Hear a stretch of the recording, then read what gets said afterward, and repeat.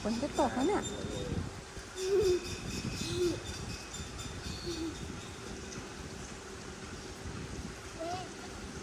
เย็นมากทำไมลงเร็วให้รอคุณครูก่อนฮะ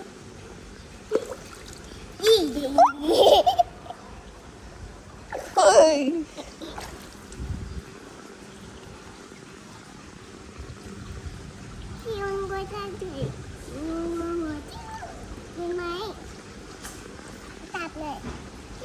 นี่เหรอได้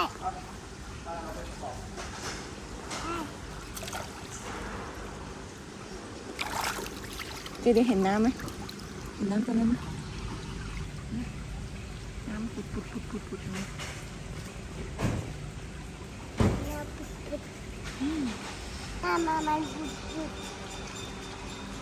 ใช่แล้วน่ะเดี๋ยวได้น่ะ เสียงอะไรคะ ไม่ใช่แล้วไม่รู้ เสียงอะไรไม่รู้ เสียลมหรือเปล่าคะ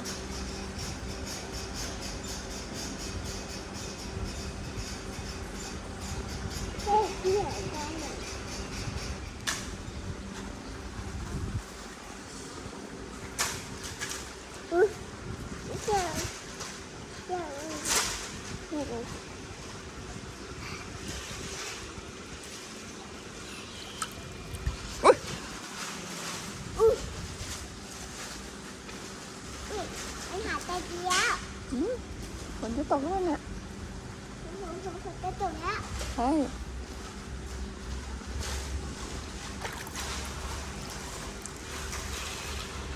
นั่น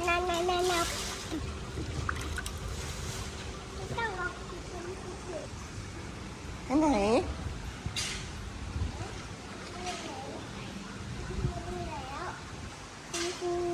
คุณครูอยู่ไหนอ่ะคุณยังไงคุณปวดฉี่หรือเปล่าคุณปวดฉี่ คุณครูไปเปลี่ยนชุดหรือเปล่าใช่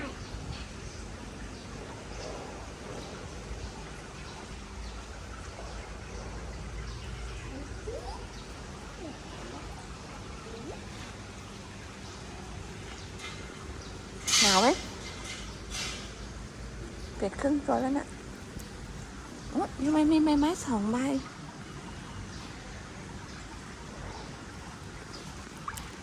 เอาลงเลยเหรอ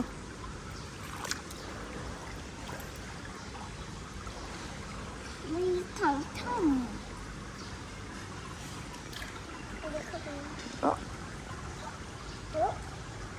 มีน้ำไหลอยู่ตรงนี้นี่นะ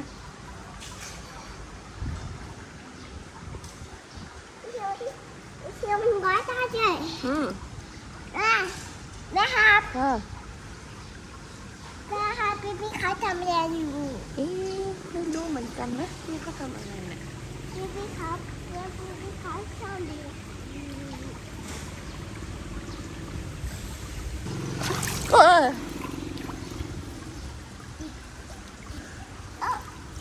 ทำไมมาอ่ะ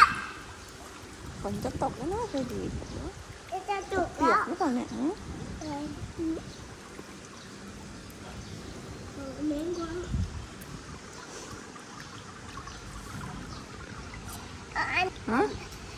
ใบไม้อะไรใบไม้อะไร ใบไม้สีอะไรคะเนี่ยสีส้มอ่ะสีเหลืองสีเหลือง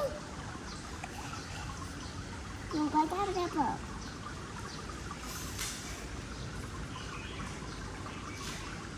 ว่ามันคือไงได้เลยว้าวกว่าได้มากกว่า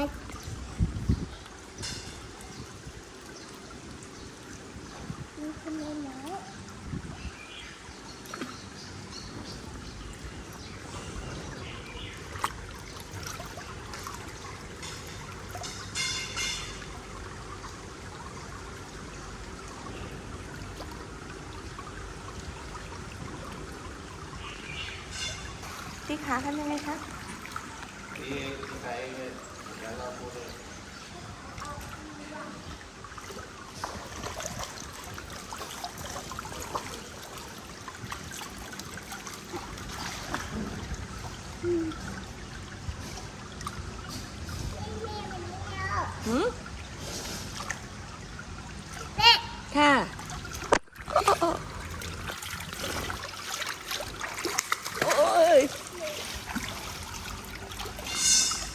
เดี๋ยวมีอะไรอุ้ยไม่โดน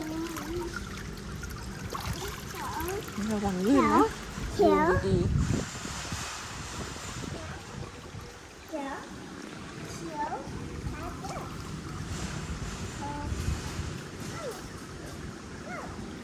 อะไรเนี่ยอะไรอยู่ในนั้นอ่ะ มันกดเนี้ยมันกดน้ำได้เปล่า ฮะ มันกดน้ำได้เปล่า โอ้เย็นนะน้ำเย็นนั้นเนี่ย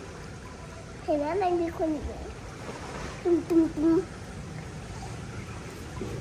โอ้ย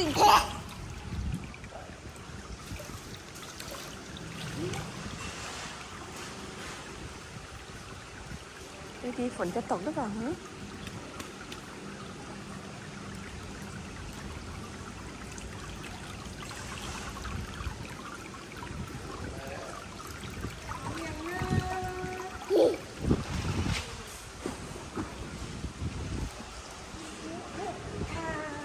สวัสดีคุณครูแพรยังคะ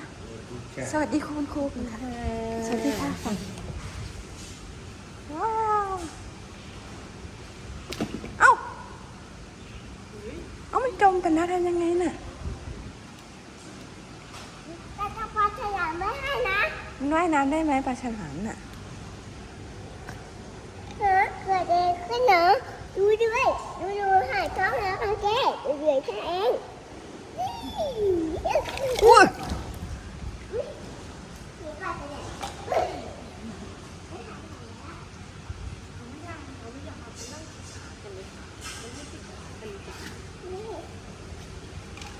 ไม่มีเพื่อนๆมาเดี๋ยวเขาไม่มากันแล้วฝนตกแล้วน่ะ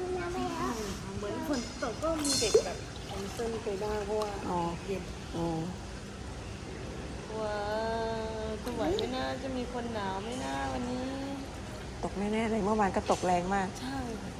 ก็มีเด็กมาช่วงเที่ยงก็แคนเซิลไปเหมือนกันเพราะว่าฝนมันแรงตรงนี้มันก็เปียก ใช่ อ๋อลง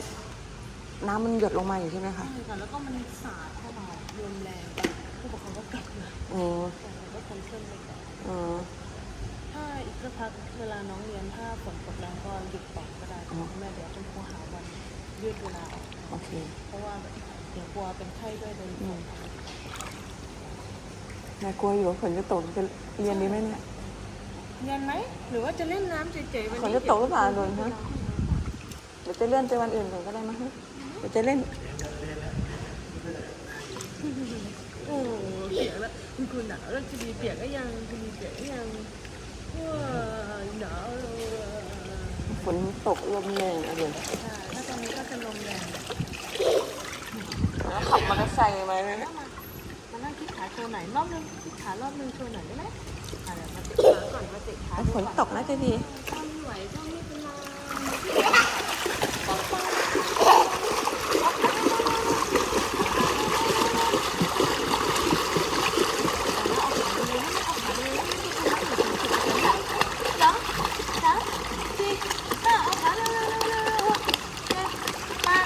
แปดแล้วนะแปดแล้วนะก็ข้าน้ำเลยนะเอ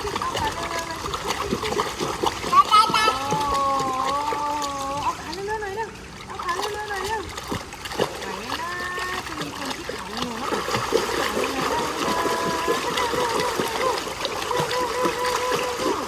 โอเคอ่ะคุณครูให้พักขาก่อนนะ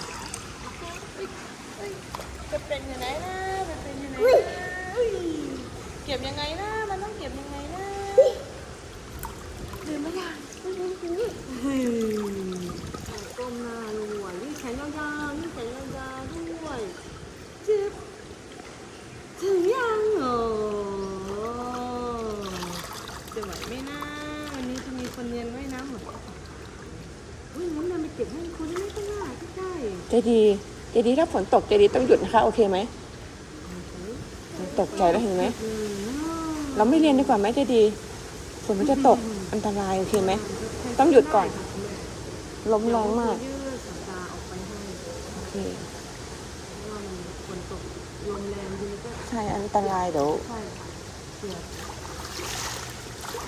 ถ้าฝนตกตรงนี้ก็จะเปียก ลมก็แรง